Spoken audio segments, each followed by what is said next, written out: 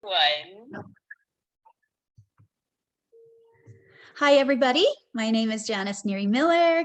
Everybody is here. We have Meg Paz coming in from New Jersey, Laura Sofia Alvarez coming in from Colombia, and I'm coming to you from the mountains of Utah. And we are into week 1, technically, as far as our very first chakra. So we did an intro just last week on what this series is about, but we want to go ahead and just give you guys a quick recap for anybody who didn't join us last week or missed it.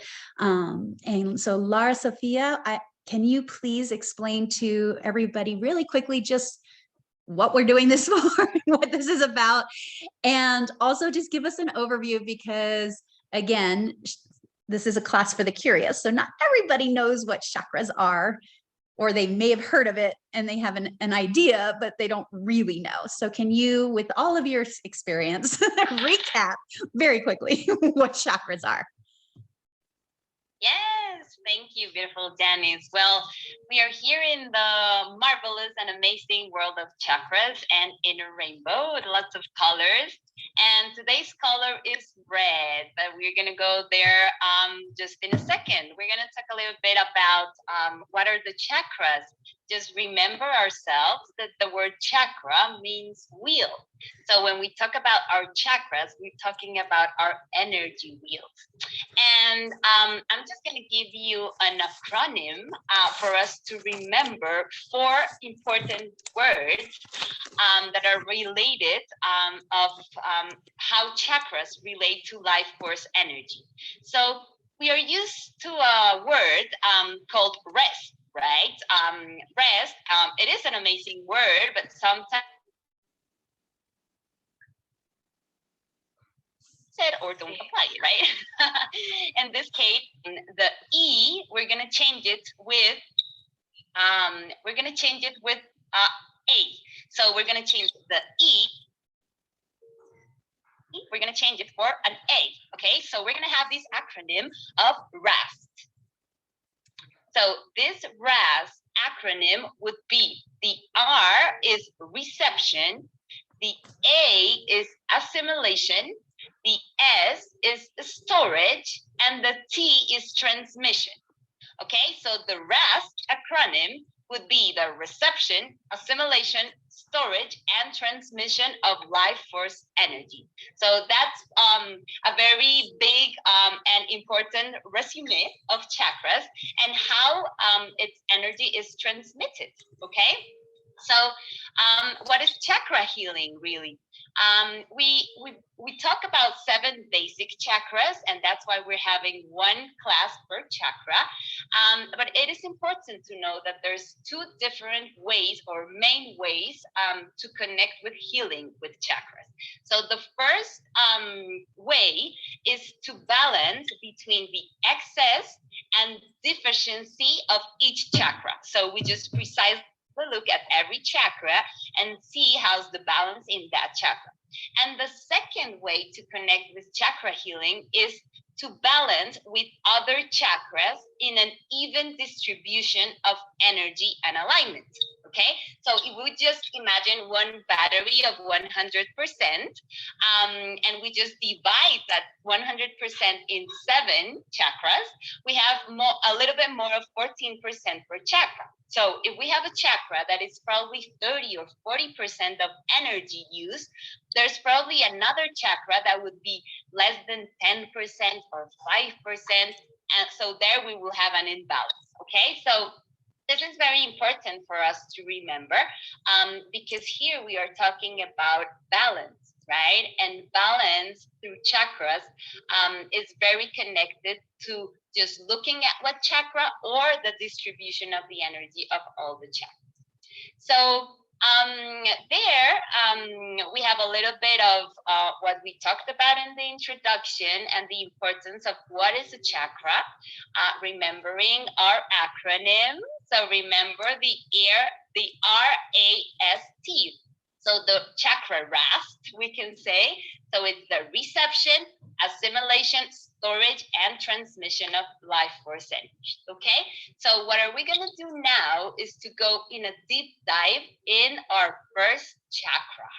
So this first chakra is our root chakra.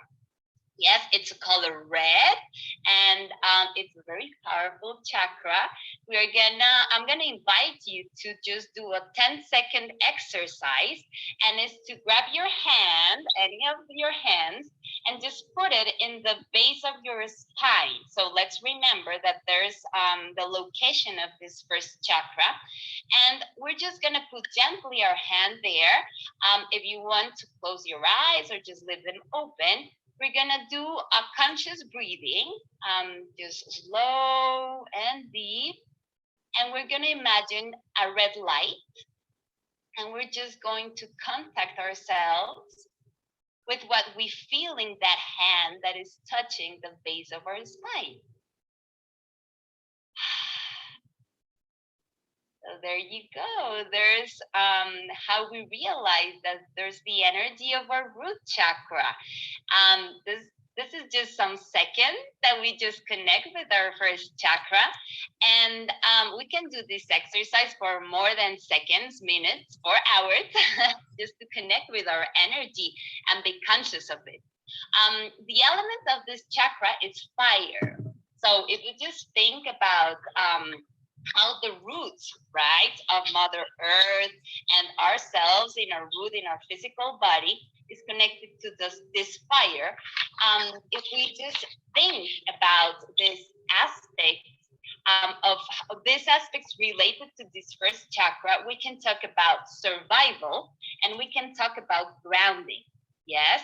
So when we just connect with those words, because we just can think like probably what comes to our head, just thinking about those words, and we just can connect with us that this chakra is all about finding or holding our ground, right? Is how we connect to our physical body.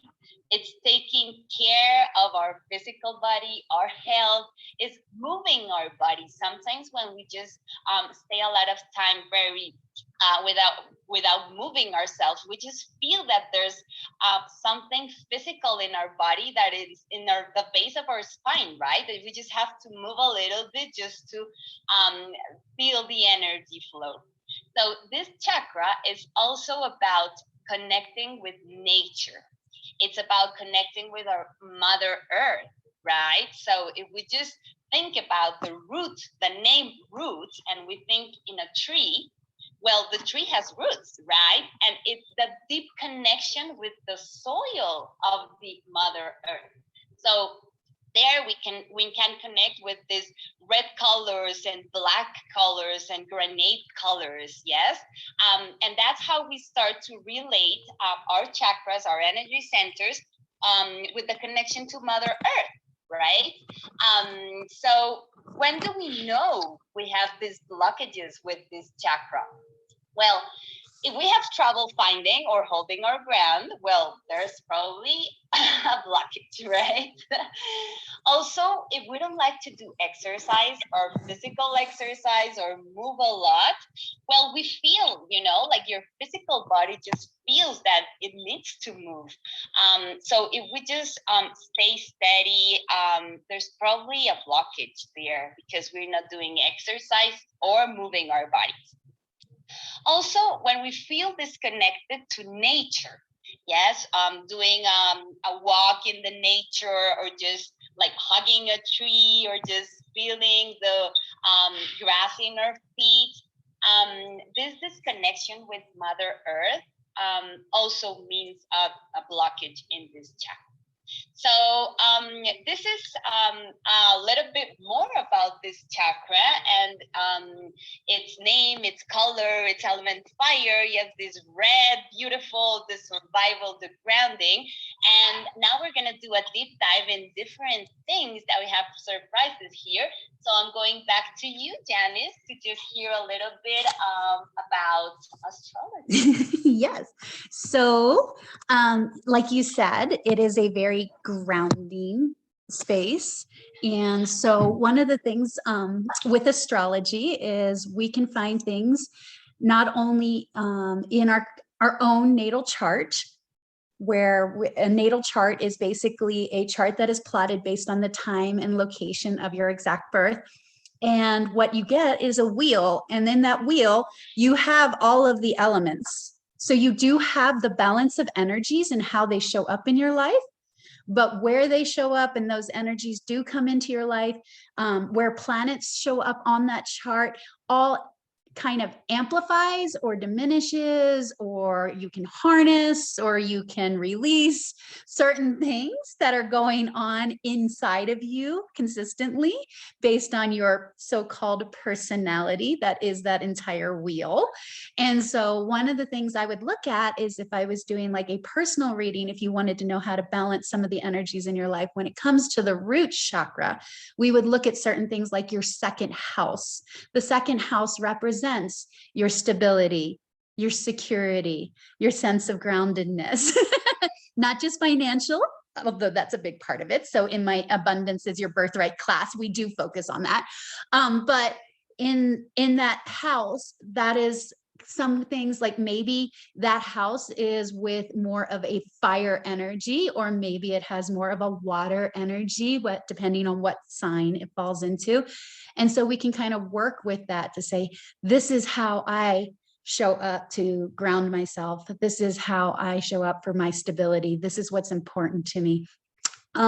Or maybe it's, oh, wow, I have this planet constantly impacting that house and I need to like be aware, because when we're aware, then we can work with it and use it in the most highest vibration, right? And things like that. And we can also look at how other things are coming into that. So that's on an individual basis.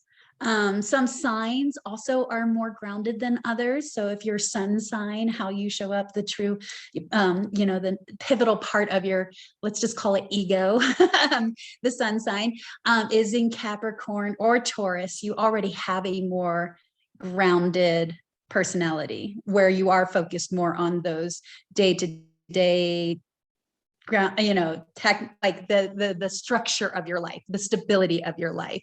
And so how can we amplify that? Maybe by balancing, like you said, Lara Sofia, sometimes if we have too much in one center, some other place may be imbalanced.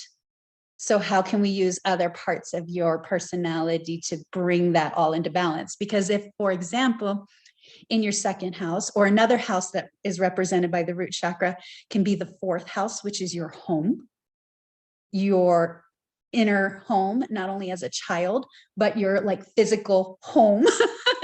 And if you've got so much grounded energy in there, you may be rigid, you may be stuck, you may feel heavy. So how can we lighten that and use the energies in the other parts to kind of bring that to life? Then there's the energy, real quick, that most people reach out to me for is what's going on collectively with the big planets right now that I'm feeling this. And people are like, what's going on? So just in this time, you want to look at things like, for example, where is Saturn? Not only in your own chart, but where is it transiting for the collective? So right now, just in this little time section, Saturn's in the sign of Aquarius. And I can talk about that because it's going to be there for, 2.5 years. And so it's a very slow moving planet. And it actually goes around the wheel into every sign every 28 to 29 years. So look back where you were, if you were alive 29 years ago, 28 years ago, and you'll kind of get an idea of what the energy is. For me, I was graduating high school. So, wow, talk about like pivotal moment of change, The other thing is sometimes Pluto does come a little into play because of the root, the underworld of Pluto, the down deep, what's down here in the underground of our body. So there may be deep internal transformations going on because when it retrogrades, we go inward. When it goes forward, and I will tell you, it just went forward in October. So we are about to take all that transformation and put it out there and see transformation externally right now. And then we're going to go back to retrograde and turn inward again. But in the meantime, right now we're going external with our transformation. And then the other last thing I would look at is new moons are really right now, just that we just had one in Capricorn, again, that grounded root energy. So are we manifesting in our stability? Are we manifesting in our structures? Are we manifesting in our groundedness? Are we taking our big ideas and bringing them grounded and home and real into the 3D? So that's the astrology that we can use and understanding how to work with our chakras and our root chakra. Then I think Meg, you can talk a little bit about essential oils and kind of give us an idea on that. Carrie, great. Okay, good. All right, perfect. So being a fellow Capricorn, you know, I am all about the groundedness in my life. It just happens naturally, but you know, sometimes even that for me can get stuck sometimes and clogged up, and you know, having the chakras and looking at them and feeling which one may be out of balance. You know, we all need to work on making sure that we can keep them all flowing well, flowing freely, having all those plates spinning all at once, but in a good way, not in a frantic, chaotic way. So some of the things that I like to do to help to support my chakra balancing is to use some essential oils. And I apologize, I forgot to grab them, so they're over here. We get to see your pretty cabinet while you go off screen. It's all good. Yeah, isn't that pretty over there? That's the first thing I painted. It was really old and ugly and dingy, and you know. No, it's all beautiful so and turquoise. I had to just throw paint on it one day, and like literally, I'm like, I don't know how this is going to work out. Anyway, I digress. So some of the oils that I like to use, one is abundance. And, you know, when I got this oil, I honestly didn't think of it as a grounding oil for some reason. Like, to me, abundance meant I should put it on my heart. Because I felt love for abundance, and so I was always putting it up here at my heart, and then somebody said, "Oh no, you should put it on your feet," and I was like, "Oh, duh." I mean, there's really no wrong place to put an oil. You put it wherever you feel called to put it. But I just thought that was very interesting. That I was like, "Oh, kind of missed the message on that one." Bring it down. Bring it down. It's all good. The other one that I love, and this one I have always put on my feet, is Valor. It makes you feel strong and confident, and just pulls that energy up, I feel like, and almost allows you to stand taller. That root is supporting you. And you know, if you think like those big old oak trees that have roots that are so deep into the ground, and it's just pulling you up and allowing the whole entire spine to just lift. And that's like really what I feel like Valor does for so many people. So this goes on my feet like several times a day. And if I just need a little something else, I also like to put Valor here, especially if I need to speak to a large group of people, or, you know, sometimes my kids. Sometimes you need to be brave when you're talking to your kids. Especially when they're teenagers and especially when you're Capricorn and Gemini together. Yeah. Yes. And then I also have these other two oils. They're Believe. I don't know if you can see this very well. Believe and Evergreen Essence. So these have just like a lot of conifer trees in them. So they help with circulation. They help with just that rooting down and pulling up. which I feel that so many of us need so often in that. And then the next thing I really wanted to just chat about really quick. Can I add one more? Oh. Yeah, because you did touch on the trees, which is absolutely right. You're like cedar woods, the spruces, the evergreens. But the other one I found is angelica. And the reason for that is it creates a shield of safety. And so the root chakra is a lot about not only that grounded security, but a sense of security and safety too. So that's just one other plant that I found to be very, very, very helpful. I don't go out into the world these days without my angelica or white angelica. That is very true. That one does make you feel good. Yes. So the other things, just really quick, some of the glands and the adrenals that just want to quick touch on, or glands and organs, are the adrenals, the kidneys, obviously the spinal column, the colon, the legs, the bones, all of those things that are creating those structures. The bones, you can feel those joints hurting you, and when they get supported, all of a sudden those joints almost feel like a little bit lighter, and move the phalanges around a little bit better. And then food is so huge to how we're nourishing our inner body, helps to connect the mind, the body, the spirit all together. We all have to eat, right? So there's different things that we can eat. So there's loads of proteins that you can eat. Obviously, if you're a meat eater, you can eat meat to help with the root chakra. If you're and dairy for some people, if that's their calling. For other people, meat and dairy is not their thing, and that's okay. So we want to look at some of the plants that can help us to support us.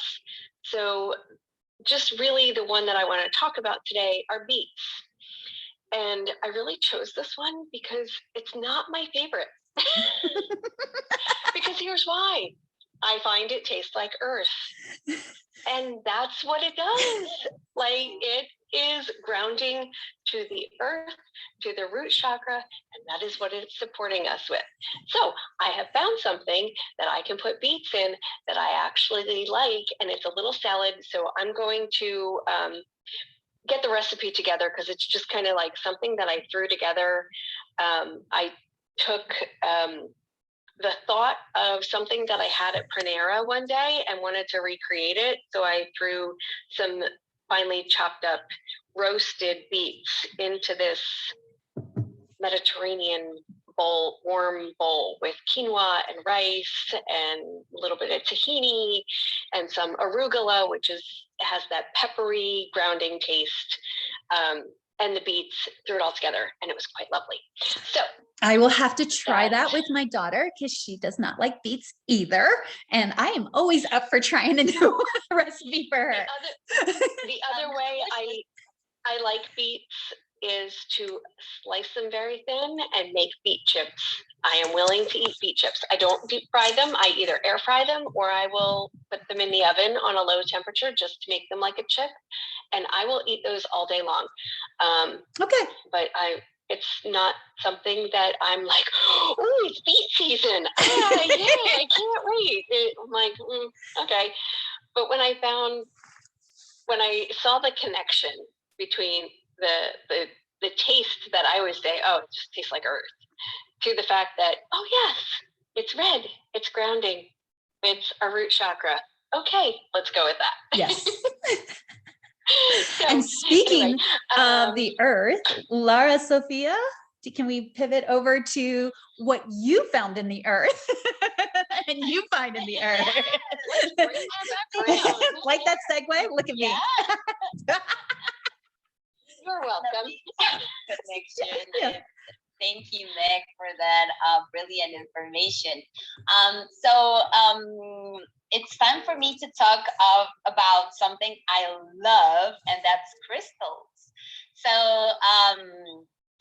just like, what's a crystal, right? That's the first question we can do to ourselves. Well, before the sun or the moon, or even before life on the earth, long before that existed minerals. Like if you go to chemistry classes at school, probably some years ago, you just remember that minerals are inorganic chemical compounds, right? As this is not a chemistry class, Thank you. we're not going to go deep in those terms, of course, but it's very important in this case because crystals are actually minerals. So what is a crystal, right? A crystal is a mineral, and it has a regular geometric structure. Yeah. So what does this mean? There's 7 different structures, and it's amazing. And we're not going to have a geometry class in this moment, but just by knowing that crystals are minerals and that they have specific and regular structures, that's enough, right?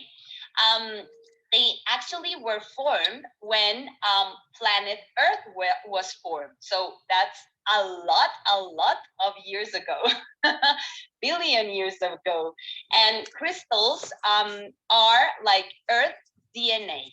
So if you think about crystals, you just can, like if you have in your head this image of the DNA of us, like humans, if we just think in the spiral moving in harmony, that's really the DNA of Earth, and that's crystals.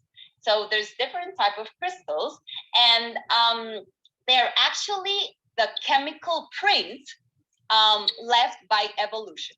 That's amazing, right? Like a chemical print, like they do have a lot of information. So it's actually a crystalline structure that absorbs, conserves, focus, and emit energy. So this is why it's very, very important to talk about crystals when we talk about balance, because crystals are an amazing energetic ally. That's how I call them. Those are my energetic allies, and they actually connect ourselves, our true selves, with the energy of Earth and a lot of information that they have hold during a lot of years.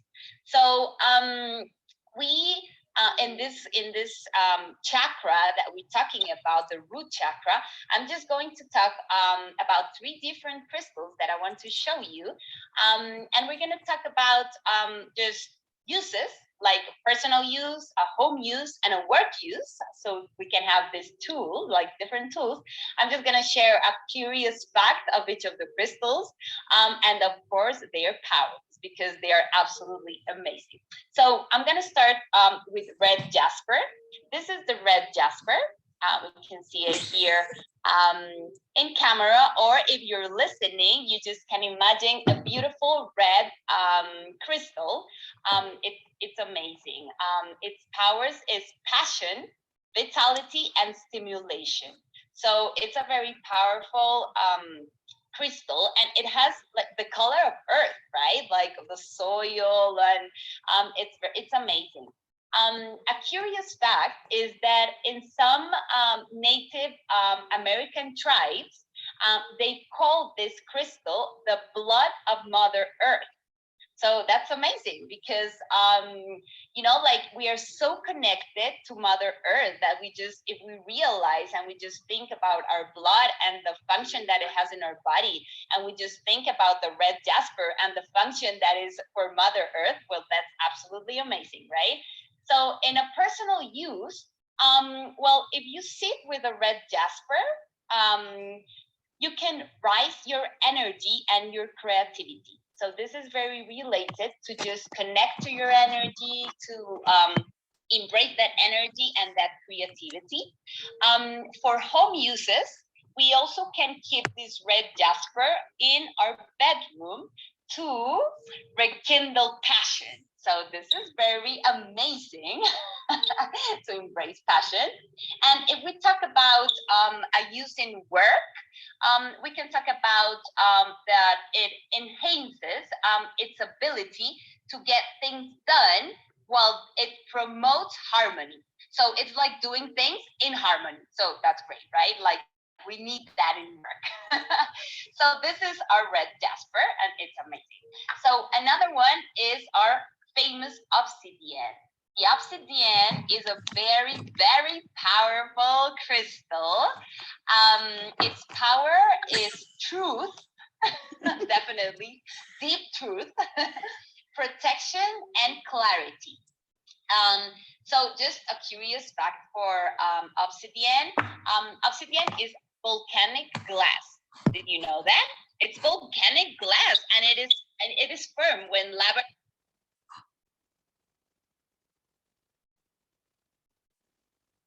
Pause. 1 second, guys. For some reason, our room just closed on us. Let's open it back up. I think we lost connection to the room. Your nightstand. We're back. This will alleviate. Oh, I'm sorry. We're just checking here. Sorry, for some reason the room closed and we're back. So hopefully the recording stayed. Yep. Okay, keep going. You're good now. We're good. Okay. Okay. So I'm just going to connect again with obsidian. Yes. Yes. Yep. That's where we were. Yep. Perfect. Amazing. Yeah, that's things of technology. That's perfect. So we're talking about the obsidian.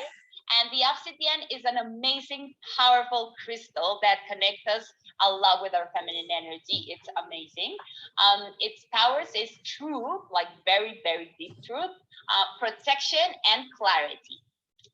So I was talking about a curious fact that obsidian is volcanic glass. So how is this glass formed? Like when a volcano erupts into the surface of the earth, it cools so quickly that it forms these amazing crystals. So what are the uses? In a personal use, we can use it. We can put an obsidian in our nightstand, and this will elevate stress, and it will discover the cause of that stress. So sometimes we just feel like so full of things and stressed up, and we just don't know why. So we just can just lower the stress, but also just in a meditative state or something, just connect to the obsidian, and we will find the root of that cause. That's very important. So in home, we can use it also to protect spaces, to promote positive energy, and just like avoid that negative energy that sometimes we feel in our homes. So we just can put it there in part of our homes, and it would just connect with positive energy. In a work use, we just can use obsidian. It's very good for protection. So in this hostile work environments with something or any meeting, or there's something of stress or something, we just can use it for protection, just to avoid those that energy or negative energy from other co-workers. So that's the obsidian. And finally, not least important, we have our magic black tourmaline. I just love tourmaline. It's actually it is its powers is an absolute level of grounding, purification, and protection. It's one of the crystals that is more connected with protection. Like just it's like a shield that we just put on ourselves when we use our tourmaline. And it is actually known, as a curious fact, as the electric stone, because it carries an electric charge. Then when you heat it or when you rub it, you just can feel it. So it's absolutely amazing. This crystal it's very powerful. So for a personal use, we can use it when there's a feeling of overwhelming or high emotions. So tourmalines just help us to hold back and to feel energized and centered. If we want to use it in home, tourmaline definitely protects our home and protects our space from negative vibes. And finally, if you want to use it for work, this is an absolutely neutralizer of antagonisms with those colleagues or superiors that probably are not in the same vibration of us. Okay, so this is absolutely amazing. I just love tourmaline. It is very powerful. And if you see its color, also as the obsidian, it's black, right? So it's very connected to the root, to the soil, to all of what we're talking about, our root chakra. So back to Meg. So we are hearing a little bit more about breathing. Tell us, Meg. Yes, awesome. Thank you so much. And I love that. I love having my homemade malas that are with my tourmaline and my obsidian. I don't have any red jasper though, so put that on my list. Anyway, we are going to take this down real quick just to ground ourselves into our root chakra and have a little affirmation of an I am, so and a bird just flew up to my window. So, I am free, I am floating, I am flying, I am high, I am, well, not high. Sorry. I was like, wow, okay. Substances. Maybe some people, we don't judge. Anyway, Nope.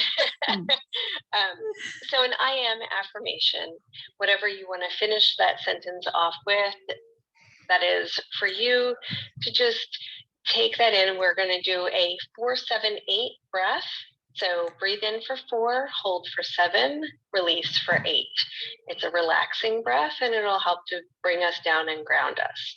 So just close your eyes, bring your I am into yourself. Think of what you want to have for your ending of that statement. Breathe in for 4. 1, 2, 3, 4. Hold for 7, 6, 5, 4, 3, 2, 1. Release for 8. 1, 2, 3, 4, 5, 6, 7, 8. Again, breathe in for 4. 1, 2, 3, 4. Hold for 7, 6, 5, 4, 3, 2, 1. Breathe out for 8. 1, 2, 3, 4, 5, 6, 7, 8. One more. 1, 2, 3, 4. Hold for 7, 6, 5, 4, 3, 2, 1. Breathe out for 8. 1, 2, 3, 4, 5, 6, 7, 8. And so it is. Wow. Thank you. I felt a little rushed on that, but hopefully you all felt grounded in that. No, as someone who's still working on her lung capacity, the holding for as long as we did was good. Never more than that. Well, and I think we've gone through so many tools and simple solutions. For sure. But I think that's one that we can carry into the week, that if anyone is feeling a little on tilt, gets rocked, feels a little unstable, a little frenetic, a little chaotic, we can just take that pause and do that breath and do that affirmation to recenter what's important to us and bring that back in. I also would like to, because we're going to wrap this up, invite anybody who is listening to the replay of this or finding it somewhere out there in the internet, social media abyss. You could always reach out to any of us on here. So whether it's Sofia Alvarez, you can find her on Facebook that way. You can find her in Clubhouse that way. You can find her just Google her. And she can, I'm going to suggest that if you really do feel like this is something you want to take on and learning how to balance your energy. Oh, hi, doggy. Oh, sorry, the dog felt some energy too there. But Sofia, you have an assessment tool that you could actually walk people through and find out if they truly do have imbalances, which we all do. Let's just be clear, and where they are. And it's all about balancing our inner rainbow, our chakras, right? Yes. So it's a lot of questions that we just connect to ourselves in a state of consciousness, and we just can figure out where are the blockages. Yes, yes. And so she can help you figure that out. Meg, as a self-proclaimed, I don't know how to meditate because the brain just never shuts up. My greatest experience, though, was with your breath work, and doing that brought a lot of stuff for me. And I was able to finally get out of my head and go on a journey of self-discovery that brought some things home for me. So if you want to try the breathwork thing, that's not just a few breaths, reach out to Meg for that. And there are so many great breath tools, but breath work is completely different, and it gets you out of your head and into your heart. Yes. Yes. Yes. And then if you want to reach out, I do intuitive astrology. It's more of looking at your chart and seeing if there's some kind of transformational coaching that I can provide, or if you just want to know what is going on with the energies and things like that, I can help you with that.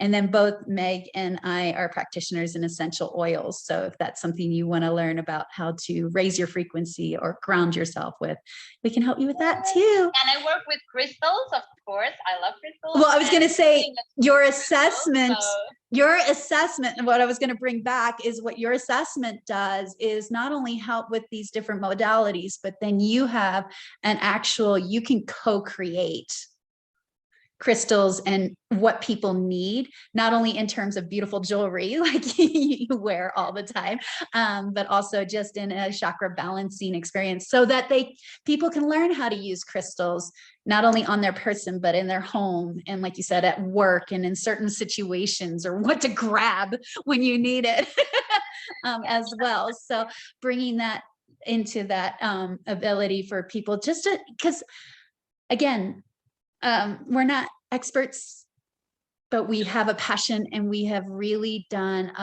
our own deep dive that has brought us to this space to now be able to share with others how they can incorporate these things into their lives. Okay, maybe Sofia is an expert. I will say that. You got to talk to her. But I would say that our souls are all experts. I was gonna say, but we all have our inner, we just help you. We help you just tune into that inner expert, exactly, and find it again, for sure. and find it again. Yes, and bring and really, there is also that inner expert comes from the greater wisdom and the infinite wisdom that is. So just being able to connect and bring that back into our own human awareness, I guess it's part of our human journey. And so that's all we wanted to do with these classes, is just give you a space to be curious and reach out to us, and not be worried about what your questions are or what your experience is. And we can just do our best to guide you a little bit along the way and shed some light. So I would, a lot of light. Yes, I would say that we're at the we're at the 44 mark, and 4 is a very stabilizing number. I'm just going to point that out. We didn't even talk about numbers. But yeah, I think that this has been a wonderful session, and next week we will be discussing the next chakra. So Sofia, why don't you tell us? I'm sorry, you just put tea in your mouth. Why don't you tell us what next week's chakra is real quick, and what's the question that comes up? Sorry. Oh yeah, after first comes second, right? So we go to second chakra, and we start connecting with the rainbow within us. So after red comes orange, and there's the sacral chakra. So we're going to be talking about that amazing part of energy that connects us with pleasure and more things. So there you go. There's a little mini introduction for anyone who just feels connected and is curious about this and just can use whatever tools that we're sharing, well, here we are sharing our love, our joy, our peace, our transformations of life that has brought us here. So yes, welcome everybody. And thank you, Janis and Meg. This is always amazing. So with that, I'm going to close the room and we will see you guys next week. And so it is. So it is. Have a gentle, easy week, people. Everyone. Okay. You too, ladies. Enjoy this red week. And